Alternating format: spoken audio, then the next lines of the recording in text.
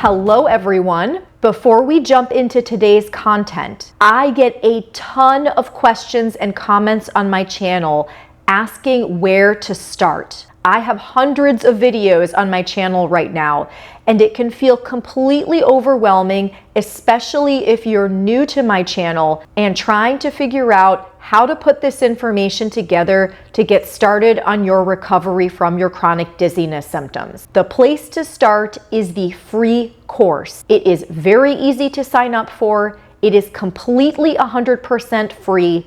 It is very comprehensive, and it will walk you through how to put together all the information on my channel into a step-by-step process so you can start putting together a recovery plan for yourself. As of May 2024, over 10,000 people have taken the course, and I constantly get feedback from people who've been helped by the course. Once you've taken the course, all the other content on my channel is going to make a lot more sense, and you're going to be well on your way to recovering from your symptoms. You can sign up using the link below or go to thesteadycoach.com/free-course. Please enjoy today's video. Hello everyone.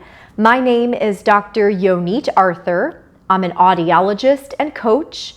You are on the Steady Coach, and today we're going to be talking about how to handle bad days when you have chronic, medically unexplained dizziness symptoms. Maybe you're having a bad day because the symptoms are in a dip, which is our term for the symptoms feeling worse on a particular day. Maybe you're having a bad day because you have a new symptom or your least favorite symptom showed back up. Or maybe your symptoms are the same all the time and you're having a particularly hard day and feeling hopeless, helpless, and or miserable. This video is going to help you with any of those scenarios. First, we're going to talk about some tips that really help people through these tough days. And then in the second part of the video, we're going to be talking about a process that I call self-attunement, which may sound complicated, but we're going to make it really simple and break down exactly how to use this process to create safety in your nervous system.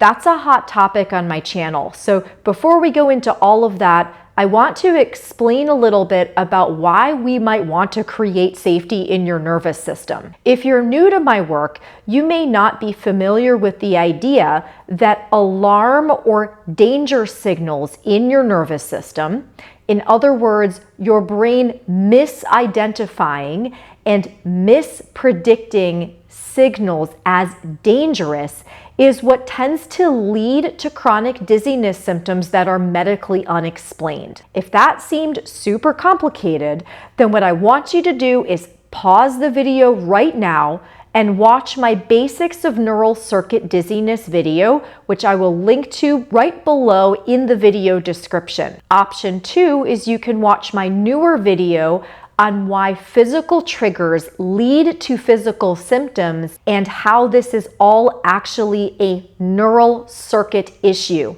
In other words, a software or programming issue in the brain, not a hardware problem, and therefore it's something that you can recover from. Again, please watch those first before proceeding. If it doesn't make sense to you why alarm or danger mode would be the things that we want to address when you're having a really tough day, whether that's from symptoms or from feelings. Okay, so now here are some tips that can help you through a bad day. Number 1, here are some things that I want you to know. Everyone has dips, no matter how well the recovery process is going. They are a normal part of recovery. So if you are having a bad day, you are just like everyone else before you who has recovered from what you're going through. The second thing to know here is that everyone also freaks out when they have dips. Again, no matter how much they buy into this idea that it's a nervous system error and that they're gonna be okay, when a dip shows up and you're actually in the thick of having really tough symptoms, everyone freaks out. So if you're freaking out, it's not your fault. Which brings me to the third thing that you should know. The dip does not mean you're doing something wrong, and it doesn't mean there's something inherently wrong with you that makes you the exception who can't recover. As I said before, dips are normal. Dips freak everyone out. If you're having a tough day today, it's because you're having a tough day today. That's the only thing that it means, and it's a normal part of the recovery process. Okay, so tip number 2, remember what your job is on tough symptom days or tough feelings days. Your job is not to fix any of those things. Your job is to get through them. And I know this may sound kind of contradictory because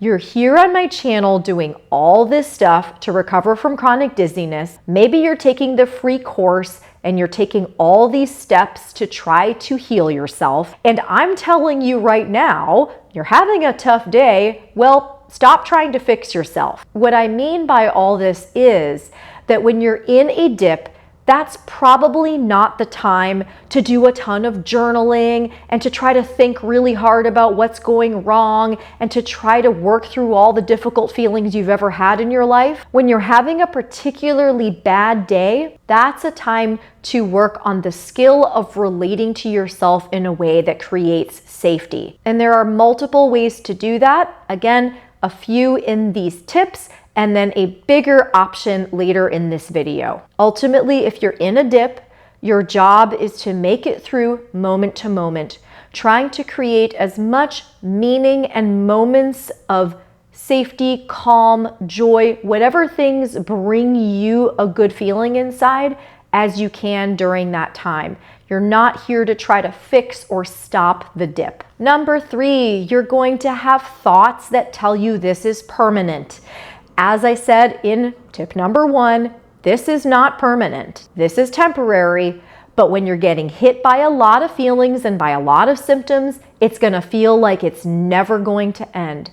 Remind yourself, all the dip means right now is that you're in a dip right now. It doesn't mean anything about tomorrow, next month, or next year. Number 4, when you're in a dip, it's also okay to distract yourself with fun, meaningful, joyful activities, even if they're kind of silly or non-consequential. You've heard me talk about this on the channel before and say things like, well, I don't want you to ignore and push away your symptoms. It's true that as a general strategy, that does not work, but when you're having a particularly tough day, it is okay to do things to distract yourself from the symptoms and ignore them and push them away temporarily. Number 5, reach out to other people.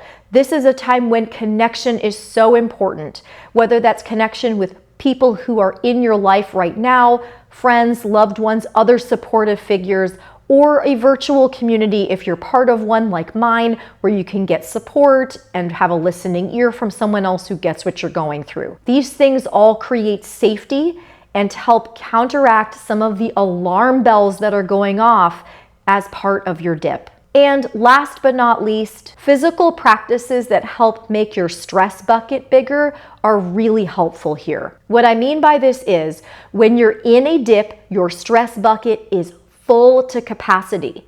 And anything you can do to increase your capacity for all sorts of stress is going to be very helpful. Getting good sleep, if at all possible, getting exercise, if at all possible, going outside, getting sunlight, walking, physical activity of any kind, cold plunging, all of these things help make your stress bucket bigger. And if you want to know some more things you can do to make your stress bucket bigger and get stress out of your bucket, or if you don't even know what the stress bucket is and need some clarification on that, there's another video I will link to in the video description on stress that I think will really help you out. Okay, so now we're moving on to this process that I called self-attunement. And the reason we're going into this process is because one of the main issues you're having when you're dealing with the dip, again, whether that's because of symptoms or feelings, is the uncertainty. The uncertainty around what the dip means, what it's going to do tomorrow, when, if ever, it's going to end. That creates a whole lot of alarm in your nervous system. So many of the things I'm going to describe in this process are things that help you feel more certain. When you feel more certain and have more trust in yourself, you're going to feel less alarm and you're going to feel more safety.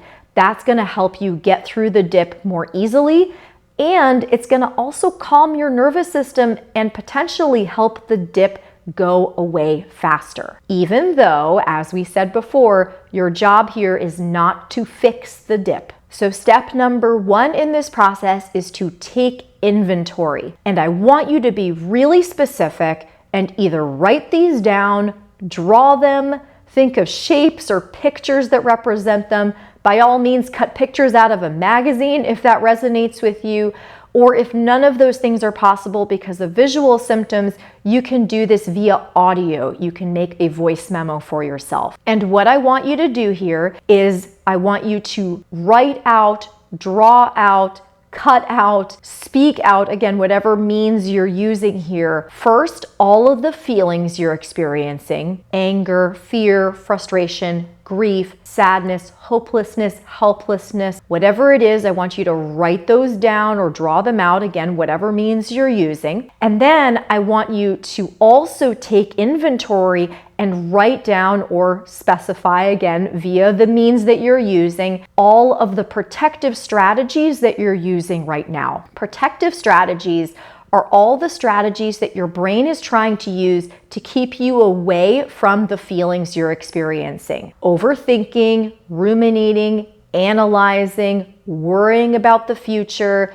Googling, talking obsessively about it, thinking obsessively about it. All of these things are ways that your brain uses to try to cope with feelings that are really strong when you're dealing with strong symptoms or really tough feelings. So I want you to write those out as well. You're going to label them, and then I want you to go through this exercise. I want you to notice that all of these things that you just listed are all just part of you. So you might even say something out loud like, a part of me feels worried. A part of me feels angry. A part of me wants me to Google. A part of me is catastrophizing about what this means. A part of me is feeling anxiety about what this means about the rest of my life. When you do this, you're creating a little bit of distance between you and this experience, and that's going to help you in the rest of the steps here. Once you've done that, step 2 is to validate yourself unconditionally for whatever it was that you listed. So what I've seen often happen is that people will catastrophize and then they'll shame themselves for catastrophizing. What I want you to do is notice that each and every one of the reactions you're having make sense to a degree. And when I say make sense, it doesn't mean that the thoughts are correct. It doesn't mean that the catastrophizer is correct, that you're going to have this for the next 30 years. But it makes sense that you might catastrophize when you're feeling bad, right? So it makes sense that I might feel angry. It makes sense that I might feel grief. It makes sense that I might worry about how I'm going to get through my job in the next 5 years with these symptoms. It makes sense that I might want to analyze, ruminate, worry, Google, etc. Again, you can say it makes sense that you're having these reactions without necessarily buying into what those reactions are actually saying. Validate yourself first, and then notice how it feels to validate yourself. Notice how it feels not to deny, dismiss, avoid, shame yourself for the reactions you're naturally having. Once you've done that, I want you to start to notice in step 3, the story. And the story is something that we've talked about in previous videos. What I mean by the story is you're having an experience here right now, and you're also projecting about the future and worrying about the past at the same time. That's one of our talents as human beings. I'm not saying that projecting about the future is bad, or that you're wrong about what's going to happen in 5 years, or that the things that happened to you a few days ago didn't happen. I'm just asking you to notice that all of your reactions are happening along a timeline, and some of those things are happening right now. A lot of those things are not happening right now. And I want you to distill your list down to the things that are actually happening right now. For example, if you're worried about your job or about your family, that's not happening right now. But right now, you might feel shame for having symptoms today. So distill your list down into the things that are happening right now. Try to get yourself out of the story you're telling yourself about the past or the future. Again, without judging yourself, without saying those things are wrong. And now in step 4, we have a list of right now things. And for each of the right now things, we're going to go through a process of becoming aware of them, attuning to them, and allowing them. And the way this happens is we're going to go through each item in turn. You're going to spend a few moments really becoming aware of that thing. And then you're going to say to yourself, I'm aware of this thing and I allow this thing to be here. For example, if you're noticing you have a strong feeling of frustration and anger about your symptoms right now, first you develop some awareness of how the frustration and anger show up. You might ask yourself, how do I know I'm feeling angry and frustrated? Okay, I feel it in my body, or I see red, or I feel tension in my shoulders. However it shows up for you, I notice, I'm aware of this anger and frustration. I allow the anger and frustration to be here. Or if you're noticing a strategy, I'm analyzing over and over again, what do these symptoms mean? What do these symptoms mean? What do these symptoms mean? I notice that feels like a wheel going around and around my head, or I notice that the thought is bouncing back and forth. It feels like it's rattling my brain. I notice that it's happening and I allow those thoughts or that bouncing around to be here right now. This does two things for you when you relate to your experiences in this way. First of all, it reduces uncertainty. We talked about uncertainty being a big part of the problem when you're going through a dip. When you speak the truth about your experiences, and you're not denying them, avoiding them, trying to make them go away, projecting into the future about them, or going into the past about them. When you're saying, I have this right now, that is certain. That is the only thing that you're really certain about. Your present moment experience, there is so much certainty in that. That reduces the overall sense of uncertainty that you're feeling, kind of in a weird way, but it does. The second thing this does is it builds trust in yourself. When you are naming honestly the experiences that you're having right now, you are demonstrating to yourself that you have tolerance and resilience to handle those things. That creates a lot of safety for your nervous system. So notice we're not strong arming our nervous systems into feeling safe. We're allowing whatever feelings show up, and by doing that, we are creating safety. So if you have a feeling, for example, I feel so not safe, I feel so scared, you say to yourself, I am aware of feeling so scared and I allow myself to have the so scared feeling, or I allow that part of me to feel so scared. When you do that, that creates trust.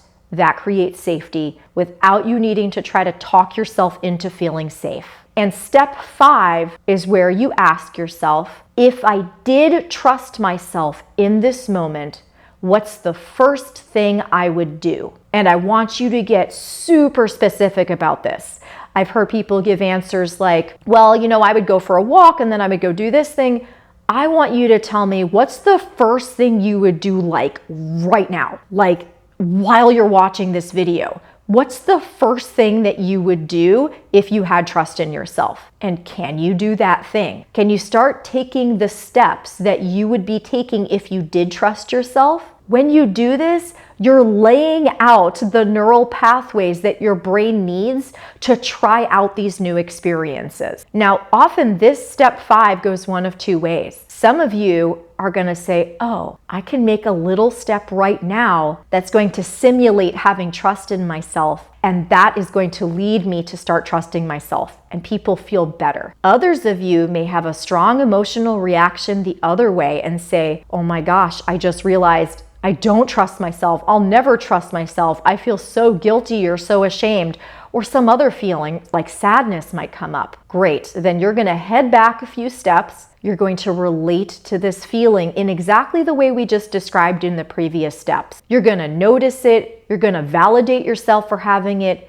You're going to get yourself out of your story. You're going to become aware of it and allow it. And then you can come back to the question. Now, we just outlined a process that I think is probably the most important fundamental skill that you can learn during chronic dizziness recovery. That all being said, some people don't need to go through that entire process.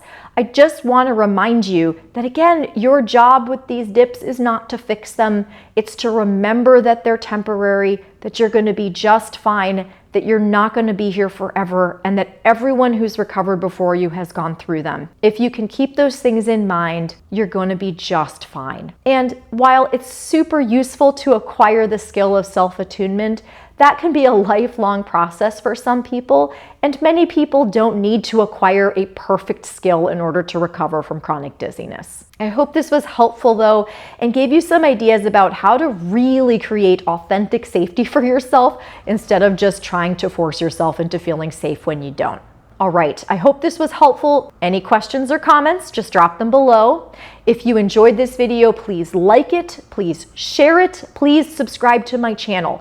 All of these things help me reach more people and get this information to people who need it. Thank you all so much, and I will see you soon. Bye.